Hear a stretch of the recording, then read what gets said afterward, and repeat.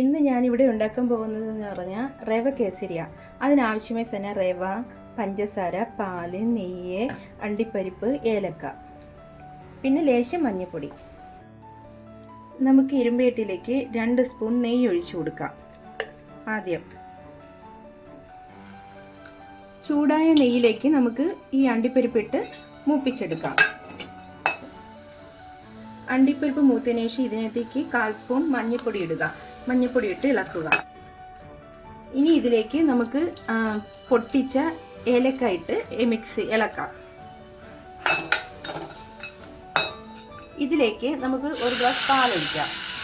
ആ പാലിൻ്റെ കൂടെ തന്നെ ഒരു 1/4 ഗ്ലാസ് വെള്ളവും കൂടെ ഒഴിക്കാം.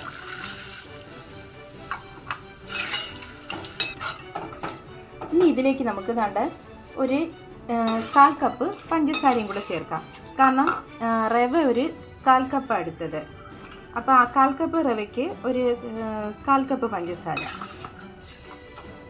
നന്നായി തിളച്ച ഈ പാൽ മിശ്രിതത്തിലേക്ക് ഈ 1/4 കപ്പ് വറുത്ത് വെച്ച റവ ചേർക്കുക. ചേർത്ത് ഇത് നന്നായിട്ട് മിക്സ് ചെയ്യുക. മിക്സ് ചെയ്ത് ഇത് വറ്റിച്ചെടുക്കാം. നന്നായി വറ്റിയ ഇത് നമ്മൾ നെയ്യ് തേച്ച് വെച്ച് ഈ പാത്രത്തിലേക്ക് പകർത്താം.